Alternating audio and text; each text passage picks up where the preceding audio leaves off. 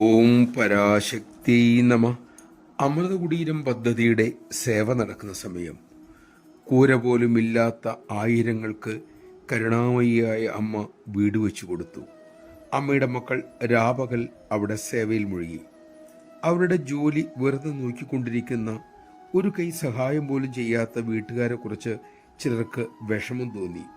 അവർ അമ്മയോട് ദുഃഖത്തോടെ പറഞ്ഞു, അമ്മേ, അവർക്കുള്ള വീടല്ലേ നമ്മൾ ഉണ്ടാക്കി കൊടുക്കുന്നത്, ഒരു ഇഷ്ടിയെങ്കിലും എടുത്തു വയ്ക്കാൻ അവർക്ക് കൂടരുതോ? അത് കേട്ട അമ്മ മെല്ലെ പറഞ്ഞു, മോനെ, നാം വീട് വയ്ക്കുന്നത് അവർക്ക് താമസിക്കാൻ നല്ലൊരു വീട് വേണം, ആ ഉദ്ദേശത്തിലാണ്. അല്ലാതെ അവരുടെ നിന്ദയോ സ്തുതിയോ സ്വീകരിക്കാനല്ല. മക്കൾ സേവ ചെയ്യുക, അതെല്ലാം ഈശ്വരന് അർപ്പിക്കുക, വരുന്നത് എന്തോ അത് പ്രസാദമായി സ്വീകരിക്കുക. നമഃശിവായ.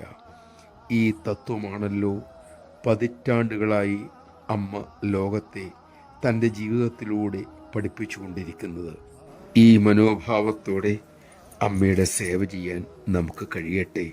അതിനുള്ള പക്വത അമ്മ തന്നെ കരുണയാൽ നമുക്ക് നൽകട്ടെ.